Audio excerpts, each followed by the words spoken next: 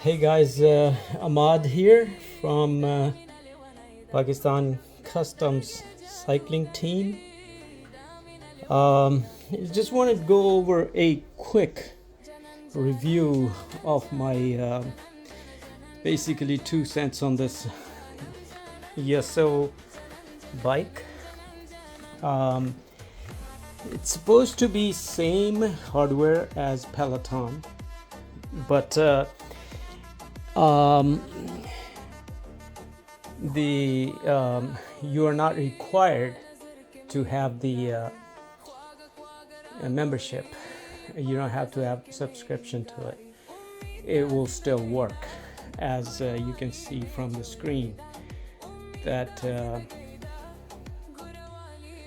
this has an app, but I'm not subscribed to it. It just works as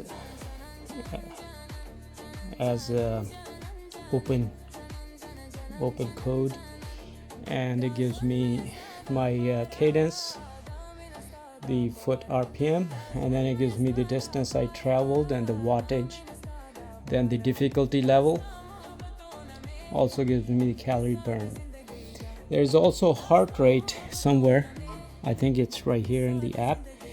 So if you have the heart rate sensor attached, it will give you that. So the app is pretty self-explanatory.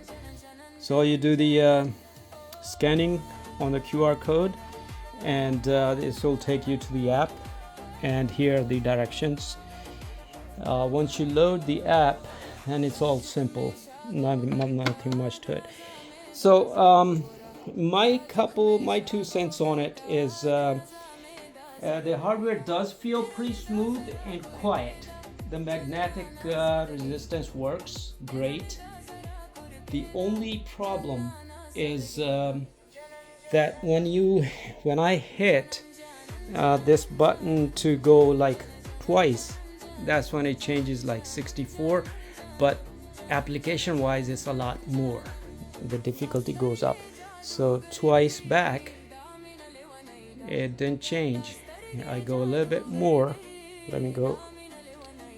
So now it's back to 58. So what I do when I run on it, I feel my difficulty level, and I see which RPM I can stay at a certain heart rate and breathing rhythm. So when you are in the international racing and all, like 2,000-mile races, you have different setups of rhythms of breathing. So if the pace is this much, what your breathing is going to be. If your pace is hard climb, what's your pace breathing rhythm is going to be. So they are all different. You practice that as your bench practice. So anyway, I'm not going to get into that, but I do notice that the pedals are pretty smooth. One thing I would mention, that a lot of people just not tighten this pedal axle fully, and they just put this tight to the max. It's not a good idea. Get this one fully tight and then torque this one down. Same thing on the other side. So they both open backward. So if you put the spanner here, it will loosen up this way, which is the this pedal would be clockwise. It will loosen clockwise, and it will tighten anti-clockwise. Same thing is with that. It will loosen clockwise, and it will tighten anti-clockwise. So they both are they tighten in the same direction, both pedals. So backward is push it down, backward would be loosening it. Push it forward, it will tighten it. So just that. Also, seat adjustment. The seat is pretty comfy. For me, it's a little bit too comfy. I'm gonna go with a little bit of a harder seat later on. But the adjustments are pretty decent. So you can just loosen this part here and go back and forth. I have it all the way back because I don't want to use this cushion too much. I don't put a lot of weight on my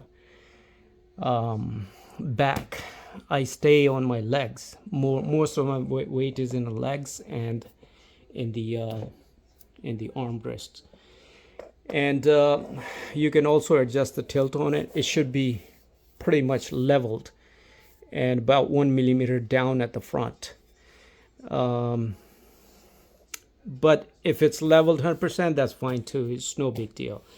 You're not going to be losing time on it.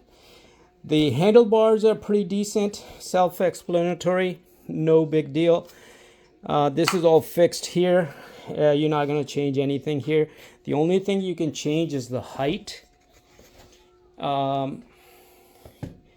So this wheel, the lock nut, you can loosen that, and then you can lift this handle up. It says 1. It's at 1 position. I have it lowered it down a little bit more than the first position because I like my handlebar to be low in the front, or at the most it should be level with the seat. I don't want it to be standing higher than the seat. But anyway, there was no adjustment on this stationary bike to go any lower than it was at the number 1 position. So what I did, I cut a piece out of the stem, and now I can lower it 1.5 inches further. Now it's pretty much even with my seat, the seat height and the handlebar seat. That's what I like. A lot of people don't like that. They want to stay more stand up position, but that's fine, no big deal. And you should have this fully tight. The wheel is pretty decent. It spins pretty smooth and straight. It is magnetic resistance on it, and which is pretty nice. That gives you the exact amount of wattage you're generating, and you'll know with your heart rate and breathing, you'll know how much wattage you're producing. Very nice audio system. 2 speakers here and a sound bar, and you can blast pretty loud if you like. Also, I like the 2 cup holders. One is back here and one is on this side.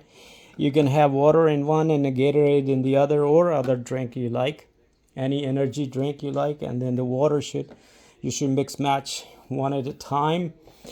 And the monitor has 4 ports on it, 5 ports actually.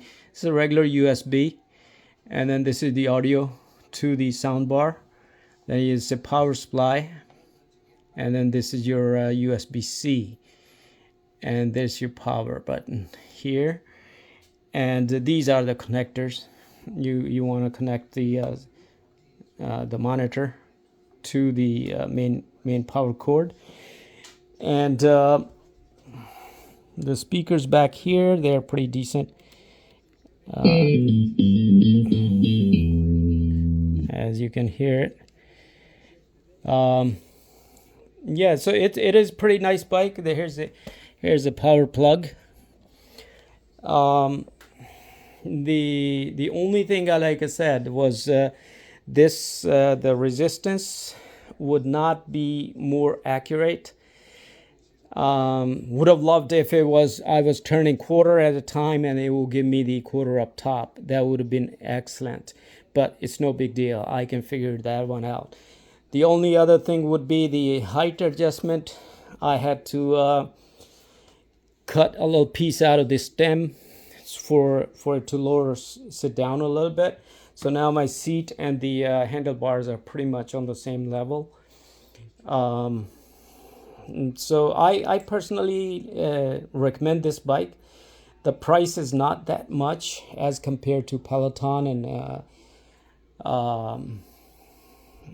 the Nordic Track and all those high-end bikes, but the appliance looks pretty good.